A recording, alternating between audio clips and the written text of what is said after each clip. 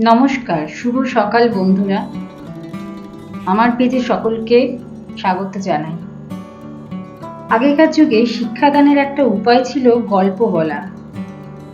কারোর মুখে সুন্দর ও মূল্যবান উক্তিগুলি গড়ে তুলত নতুন ভবিষ্যতের কাণ্ডারীদের।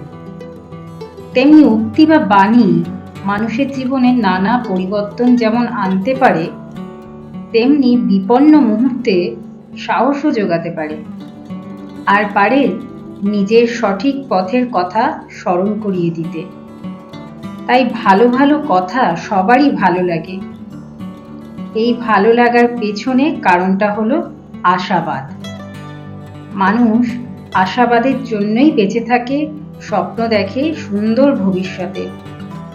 তাই সুন্দর বাণীগুলি যুগ যুগ ধরে যেন জীবন পথের ট্রেন লাইনের মতো হতাশা আর বিপদ থেকে আগলে রাখে।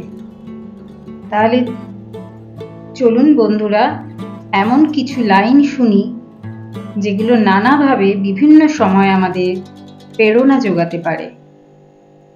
সমস্যাকে দেখে ভয় পেও না, সমস্যা আছে বলেই তোমার জীবনে জেতার সম্ভাবনা আছে। যে বলে তুমি পারবে না, তোমার দ্বারা হবে না, সে আসলে নিজের অপারগতা প্রকাশ করে, তোমার নয়। নিজেকে কখনো নিরাশ হবার অনুমতি দিও না। যারা ভয় পেয়ে পালিয়ে যায়, সাফল্য তাদের দুয়ারে কখনোই আসে না। তোমার ভেতর লুকিয়ে থাকা সম্ভাবনাগুলিকে খোঁজো, হয়তো তুমিই সেই যাকে পৃথিবী খুঁজছে।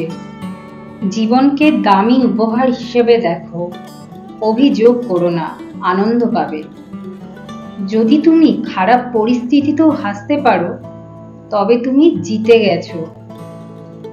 যন্ত্রণা দেখে পালিয়ে যেও না, একদিন যন্ত্রণাই তোমার জীবনের বড় শিক্ষক হবে। কারোর উন্নতি দেখে ঈর্ষা করো না, শিক্ষা নাও, তাহলে তোমার উন্নতি হবে। অন্যের বলা কটা শব্দের দ্বারা কখনো ভেঙে পড়ো না, নিজের কাজের দ্বারা শব্দগুলো বদলে দাও। বন্ধুরা, আজকে এখানেই শেষ করলাম। আপনাদের মতামত কমেন্টে জানাবেন, আর ভিডিওটা ভালো লাগলে লাইক ও শেয়ার করবেন। সবাই সুস্থ থাকবেন, ভালো থাকবেন।